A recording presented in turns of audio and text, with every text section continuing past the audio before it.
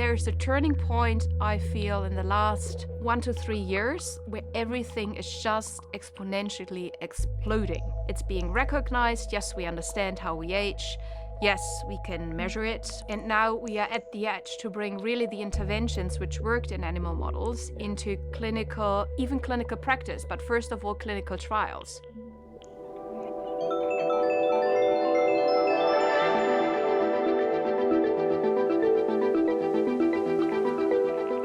Aging. Like gravity, it pulls on each of us. Why do some of us age without illness? How do our bodies and minds experience aging at the cellular and molecular level? What's the future of aging in our society? And maybe, most importantly, what can we do about it today? My name is Gordon Lithgow, and here at the Buck Institute in California, my colleagues and I are searching for and actually finding answers to these questions and many more. On this podcast, we discuss and discover the future of aging with some of the brightest scientific stars on the planet. We're not getting any younger, yet.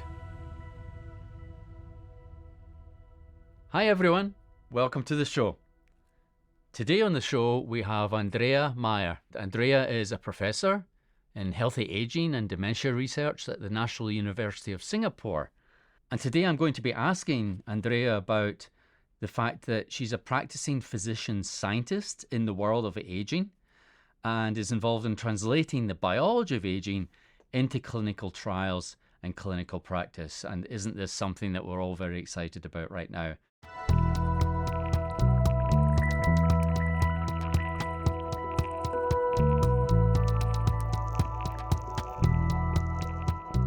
Very happy to have Andrea Maier here, not just here in this podcast, but here actually at the Buck Institute. Andrea, welcome. I know that you're on planes a lot of the time and you happen to land at one that was close to the Buck Institute, so it's great to have you here. Thank you. I'm very interested in people who have come into the field in the last 10 years or so, especially that cadre of clinical people. But maybe take a step back and just tell us, let's go all the way back. Did you always imagine you would be a physician? I would say in the end, yes. But of course, if you would have asked me when I was 16 or 18, I would say no. I grew up in a GP practice. I was always surrounded by patients. I grew up in a very, very rural area in Germany, where yes. I was always surrounded by the patients. I really literally grew up. My mother was pregnant, delivered me on a Wednesday because at Wednesday afternoons our clinic was closed, so that was a good good timing. And the next day she was back and she handled the patients together with my father. So I think being surrounded by people, being surrounded by sick people is quite natural for me. Seeing people who are dying is very natural.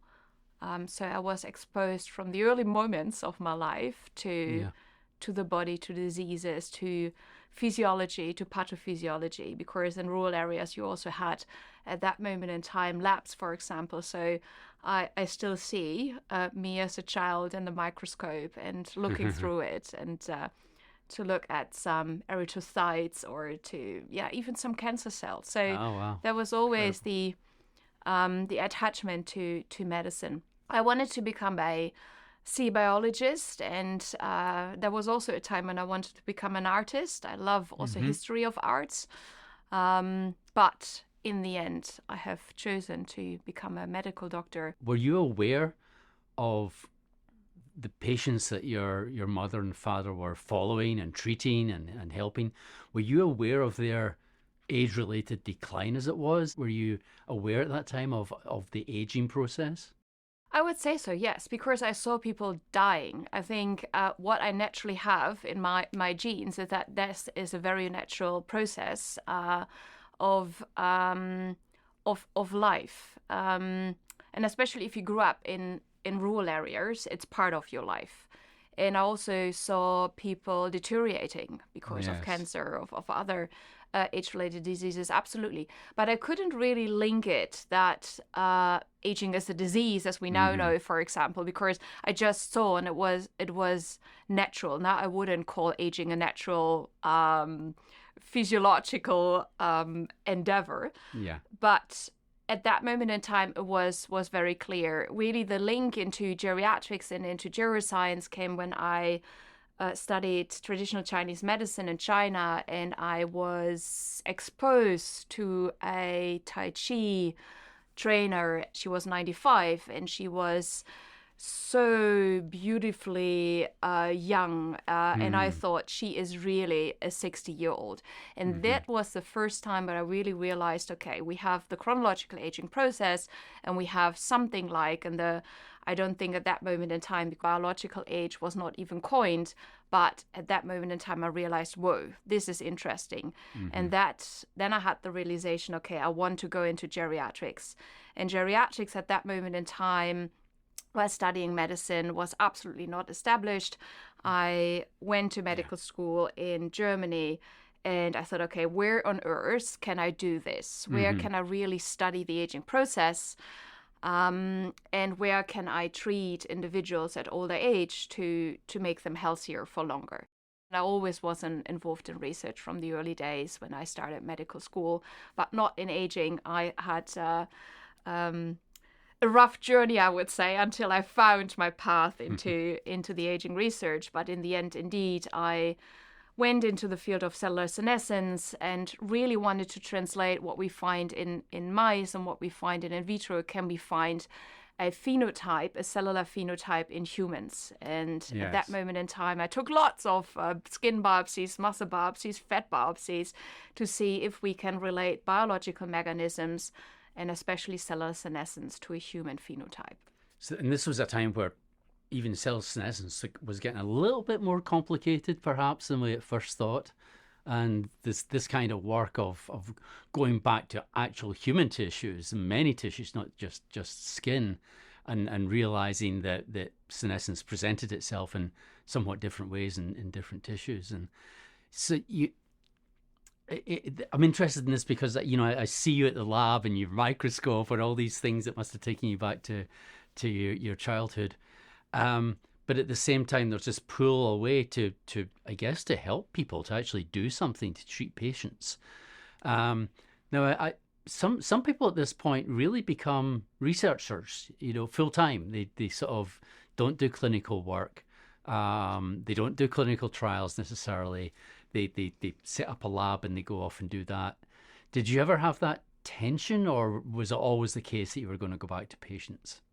I never had the tension to leave clinical practice, and I never had the tension to leave research. So I think as a clinician scientist, you love to see patients, not 5 days a week, but at least to get a touch and to be involved in clinical care really helps me to understand what's necessary to do and also what the value is of the research. So I always, even when I was a hospital manager before I went to Singapore in Melbourne, looking after lots of hospital departments, I always wanted to be at the bench, and behind the computer to do statistical analysis. But I always wanted to see that patient too, because getting that feedback of not only a participant in a randomized controlled trial, that's also valuable, but to that end client in clinical care is of absolute importance and how they react to the stories you tell them. Yeah. Were you aware how rare you were as a person? I mean, in the sense that, like Rudy Westendorp, for example, Rudy would turn up to biology of aging meetings and, you know, you chat away and you're thinking, why are you here? Why aren't you at a bedside somewhere? You know, it seemed like there was very few like geriatricians that had a deep interest in the biology of aging at the same time. You know, at one point in the US, I think only 3 individual people held federal grants for aging research who were also geriatricians. Astonishingly low numbers. I mean, I've seen you describe yourself as a geriatrician, as a cell biologist, and as a geroscientist. All true as far as I can see, but I'm wondering what the the distinction is for you, perhaps, between a geriatrician and a geroscientist? The geroscientist is really understanding the biology of aging. A geriatrician sees individuals when they already accumulated lots of age-related diseases. And I moved, especially in the past 5 years, from always saying I am an internal medicine specialist, specialized in geriatrics. I moved from saying I'm a geriatrician because my entire research moved from looking after 80-year-olds with either already age-related diseases or just being aged towards the middle-aged population, because I see that's a huge gap in literature. We are either analyzing 20-year-olds or 30-year-olds because it's easy to recruit. These are our students. Yes. or we are looking at 80-year-olds. And of course, very importantly, also centenarians and the really distinct individuals and the subpopulations, which is very important. And while having had also a time where I looked at middle-aged disease versus healthy, I think now we have to look differently at the entire lifespan and populations to understand why we age, how it phenotypically presents to us and how we can antagonize it. So I think the real future lies into not only combining geroscience with geriatrics, but especially combining it with internal medicine, with medicine, to understand why we age. We understand cardiologists can talk ages about the heart and about every tiny molecule in the heart. We should talk about the aging process, the aging molecules, whatever that is in the entire body. And of course, that gives lots of complexity, but this is what we need. We need a fusion of the biology with clinical practice. And I think for me, it lies in internal medicine. It does not lie in geriatrics because it's a different speciality looking after individuals of advanced age. Absolutely. Yeah. And advanced pathology. Yes. I mean, this sounds like a revolution in this whole field of bringing forth trials and interventions and thinking about how we apply the biology of aging to human health. Is that how it feels like a revolution's taking place? Yeah, I think looking back, I think the conception sort of a new speciality was 5 to 10 years ago, where we really knew, yes, we can interfere with the aging process in animal models and the accumulation of all the knowledge. It's absolutely, there's a turning point, I feel, in the last 1 to 3 years where everything is just exponentially exploding. That's what I feel. It's being recognized. Yes, we understand how we age. Yes, we can measure it. And now we are at the edge to bring really the interventions which worked in animal models into clinical practice, but first of all, clinical trials. Fantastic. Tell us about some of your own personal passions right now around trials that you've done and completed, about trials that you're really interested in doing. So we have two main, very, very good big components in our lab that's focusing on diagnostics and the other one's intervention. It cannot be broader, but all in humans. Yes. So first of all, as a clinician, I want to measure something. So if I see a person, I can look at their gait and I can look at their speech, etc. That's great. That's normal clinical care. I can already utilize all the biomarkers we have, not for aging, but for diseases. And that's what we do. Now we reutilize these kind of biomarkers for diseases and really utilizes them for the aging research. So we do lots of data analysis utilizing the UK Biobank, Lifelines, very big cohort study, where we actually see what is their propensity to predict age-related diseases later in life, and can we actually make clocks out of it? So very, very a sexy term are aging clocks. It's nothing else than reusing, I would say, the algorithms we already have, because we do nothing else than either predicting chronological age or the incidence of a disease or mortality. And now we are using a different outcome parameter, and we use the unit age. And that's actually the biological age clocks. How different is the biological versus the chronological age? So statistically, epidemiologically, it's a no-brainer to do it, but it really helped the field in bringing it into the public. People understand a biological age and a chronological age. So my research group is not only validating in different cohorts and different disease cohorts at different ages and different ethnicities, these kind of clocks which are already available, but we are now making new clocks and making them better. And I think this is the focus of lots of labs, and that is very important because in the end we need accurate parameters to estimate an individual's age. What we also are very excited about, it's a little bit complicated, but we are still excited, is that the pace of aging within an individual in different organ systems might be very different. Yes. And not only the pace of aging, but also the mechanisms behind it might be very different, which makes it very complicated, because if you would have asked me 5 years ago, I would say, oh no, the pace of aging is within an individual, I think, much, much more aligned compared to a group of individuals. And I wouldn't have expected that the pace of aging might be so different in a heart, in a lung, in my brains, and my kidneys, and my skin within individuals. Yeah.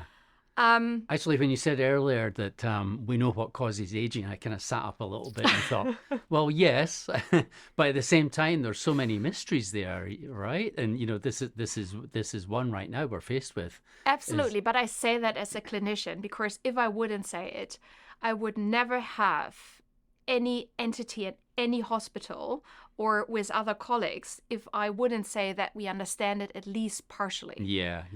It's the same 50 years ago for breast cancer. Yes, of course we can diagnose breast cancer. Yes, these are the cells who are replicating all the time and inducing cancer. Did we understand it fully? No, absolutely not. Even not now. Yeah. But we can say now we know what cancer is.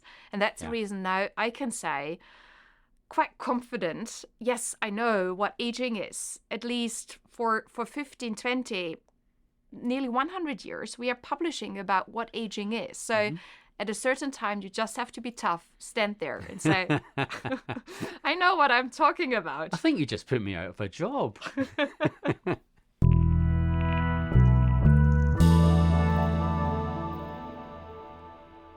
So going back to your own research on clocks, and you say you're developing your own clocks, and it does seem like everyone's developing their own clocks.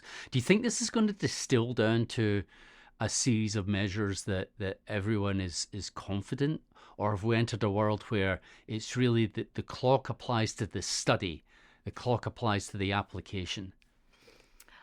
I think in 5 years' time, you can order in every hospital these kind of clocks, and there will be a variety of clocks because the pace of aging and the mechanisms of how organs age are so different that we need a variety of clocks. As we do now in clinical practice, we are ordering a renal panel, a lipid panel, a whatever panel.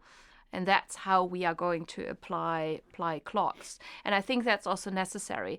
I don't think that in the end we can say a biological age of that person is X, Y, and that. I think it's much more important to say that organ is at that pace, that's the problem, and now we are targeting it with a certain intervention.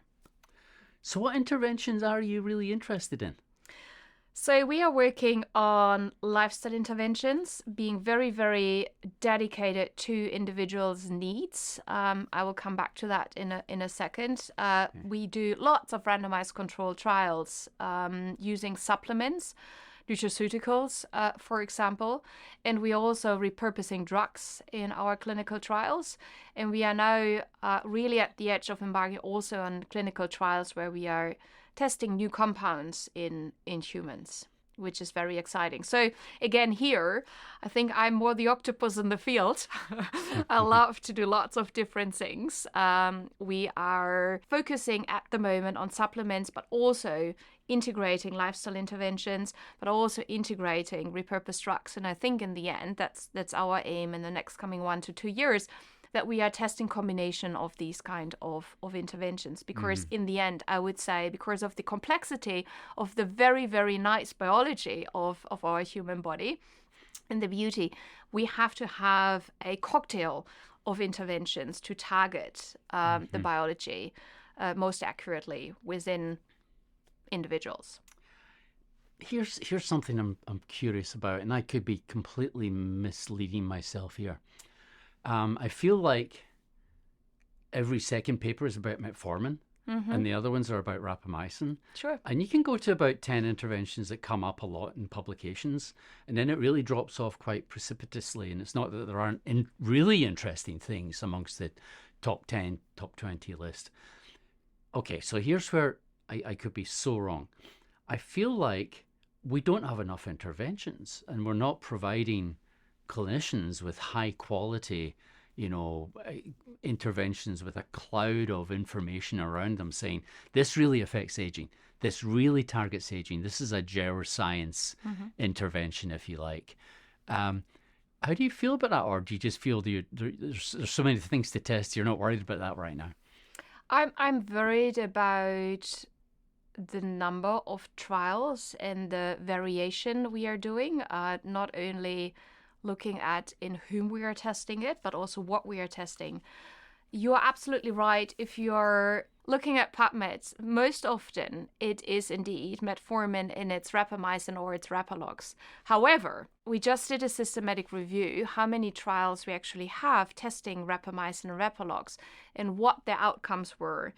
And the number is so low, and the knowledge even about rapamycin and rapalog, how that is influencing the aging process, is really, really so minimal. That's the reason why we also do a rapalog study, the longer study, testing rapamycin in 40 to 60-year-olds who are healthy, and then really looking at all the organ systems. What our field did not learn, I would say, in the past 2 decades is tackling the clinical phenotype of aging. We always neglect women's health, oral health. We very often even do not look at cognitive function of individuals who are being exposed to therapeutic interventions. So what our group really is doing is not only looking at biomarkers of aging, which are predictive, but also how can we measure the phenotype of aging individuals, and especially at middle age. Of course, we have lots of markers in children, we have lots of markers in geriatrics, but nobody really had an idea. And now there are lots of working groups in establishing that how to measure muscle health, how to measure brain health in middle-aged individuals, because that's a gap in the literature. Yes. It's very often that we are borrowing geriatric markers, but there are so many ceiling effects, and they're just not applicable, these kind of diagnostics, to a 50-year-old or a 40-year-old.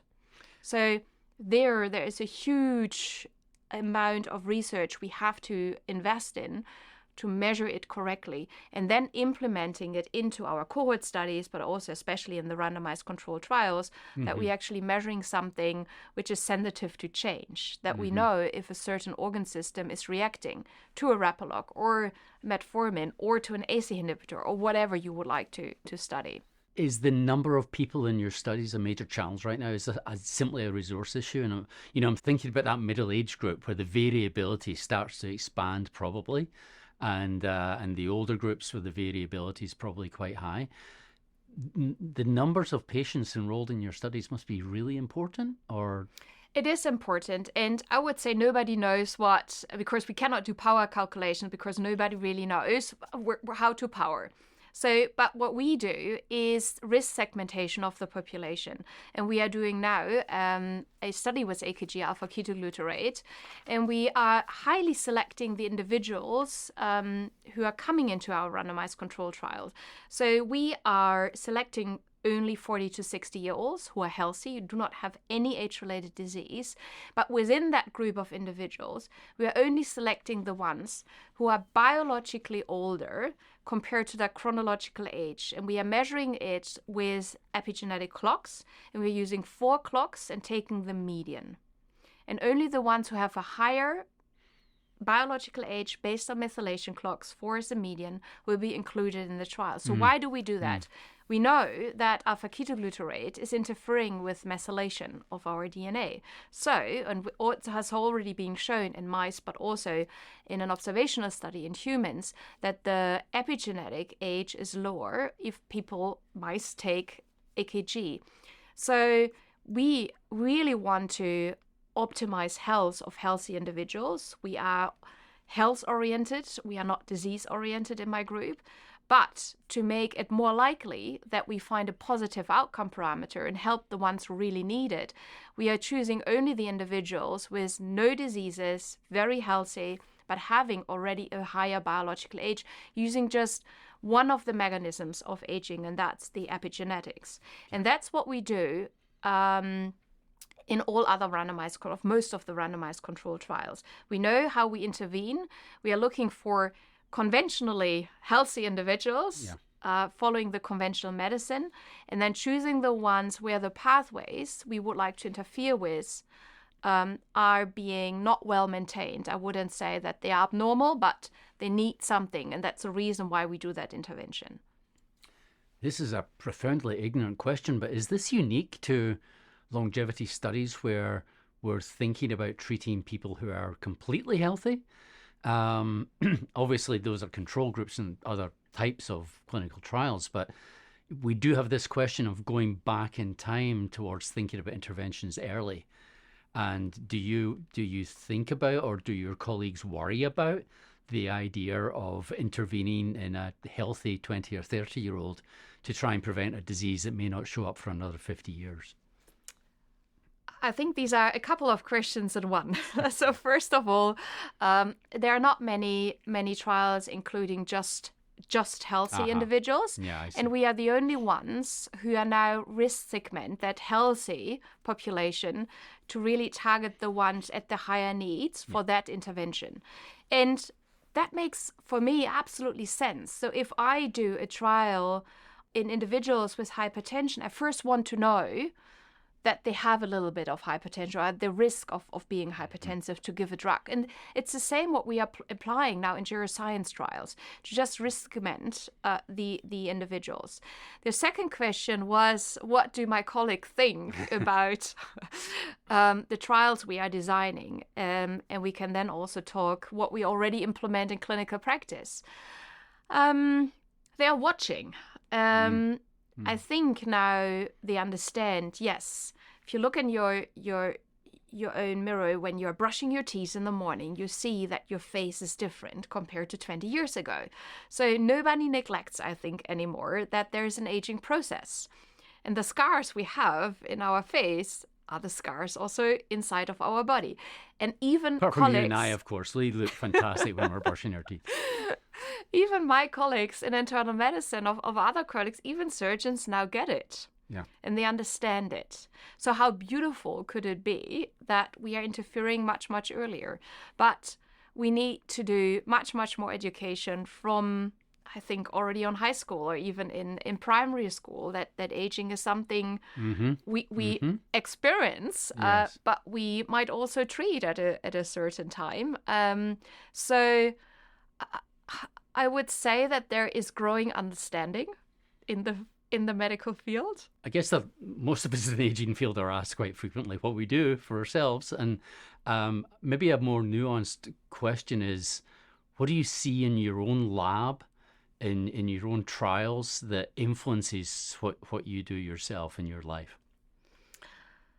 Most important is that people get to know themselves before doing any interventions. Very often we are going to a shop or Amazon, even online, and buy something because it looks nice and the label is looking nice and there's a nice claim. I don't think that this is the way how to optimize your own health. Very important is measure yourself first. Know what your endurance capacity is, for example, a VO2 max. Know what your microbiome looks like. If you want to go even further, know what your genome looks like. Yeah. So know yourself first.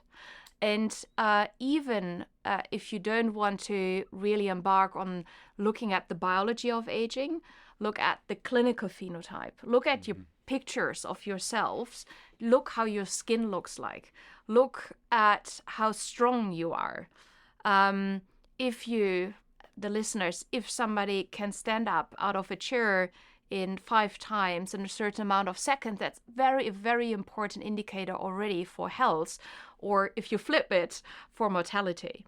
So knowing is the first step before doing something. And of course, everybody should have a very good lifestyle and think about their sleep. But analyzing, for example, with digital phenotypic measurements, for example, a watch, a Garmin watch, an Apple watch, there are so many devices out there. Track yourself and then act on it. And that's so powerful. Fantastic. Thank you. Great advice.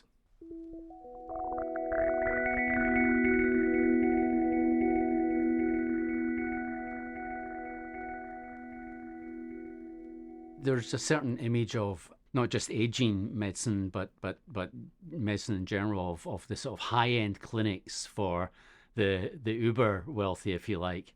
And I know that you're very concerned about an egalitarian approach to all of this. Because we have at the moment lots of private clinics, which are not well regulated, by the way. I think there's a huge risk within our field that something is being implemented which might even be harmful because it's not science-backed. So very important, independent of whatever bias, who's coming to whatever clinic, it has to be evidence-based. And this is what I stand for. I'm not sure if I have many friends, but because I'm very, very vocal that we only should do evidence-based interventions and diagnostics in clinical care. At the moment, the longevity field, or the healthy longevity field, has a problem that healthy longevity medicine is not being recognized yet. Therewith, also, there are no standards. If you are looking at oncology, endocrinology, all the fabulous innovations in medicine, they are fabulous because they are following guidelines. And the term evidence-based medicine is actually coming out of the conventional field. And I would love to integrate that into our healthy longevity medicine field. Because otherwise, we will not be around the table with the FDA, with the EMA, with the WHO, the United Nations. And therewith, it's very unlikely that ever it will be democratized. And that's what we want, because everybody is aging. Everybody, I would say it's a human right to keep your health up to date, to make it as best as possible, to optimize it as much as we can with the knowledge we have. So that's the reason why we have to bring evidence-based medicine into the field. That's the reason why, as a clinician, I do the randomized control trials. I validate all these biomarkers. I try as much as possible build consortia, build societies, to build the ecosystem, to build the bricks, to build this very, very nice castle we could build together, and which should be very stable, because otherwise there's a likelihood that our beautiful field will be implode because of interventions which might be more harmful. And what I really would like to prevent is that we are doing harm. Of course, we can take risk, and every risk there is a propensity of harm. But it's likely that we can avoid whatever we can avoid in terms of side effects. And also that our field is not only a money-generating activity, because people want something and they love to get injections and IV drips and whatever, which most of them have no evidence behind them. And I would really love to see that business-oriented longevity field really now turning into an evidence-based generating field. And that's what we do. Wonderful. That was a great response to that question. Thank you. Final question. What does success look like for this field? In 3 years' time, the medical societies in at least 5 countries have acknowledged that healthy longevity medicine is part of internal medicine. Well, there we go. There's a goal. Absolutely. So we need guidelines. We need the recognition. We need to be recognized as a specialist. We need training. And we integrate it into the mother of medicine, I would say, and that's internal medicine, before we are giving it to the family medicine and to the general practitioners, etc. Because in the end, if 100% is exposed to aging, then it has to be delivered also in the public health sector and by general physicians. Andrea, I could talk to you all day about this. It's been an eye-opener. It's wonderful to talk to you. Thank you for your research. Thank you for being the point of the spear in the clinical trials and interventions in aging. And thank you for your advocacy, which is obviously a big thing of what you do, and you're driving the entire field forward by doing that. So, Andrea Maier, thank you very much for this time you've taken today. Thank you. Thank you for listening. Please subscribe, share, and give us a 5-star review on Apple, Spotify, or wherever you get your podcasts. We're Not Getting Any Younger Yet is produced by Vital Mind Media. The Buck Institute's very own Robin Snyder is the executive producer. Wellington Bowler is right next to me here, directing the recordings. Stella B is behind the scenes, ready to debrief when we wrap. And the esteemed Sharif Izzat weaves the show together for you. If you're listening to the podcast, you'll know that there has never been a more exciting time in the research on aging. Discoveries in the lab are moving to the clinic to help us all live better, longer. The Buck Institute depends on the support of people like you to carry on our breakthrough research. Please visit us at buckinstitute.org to learn more and to donate.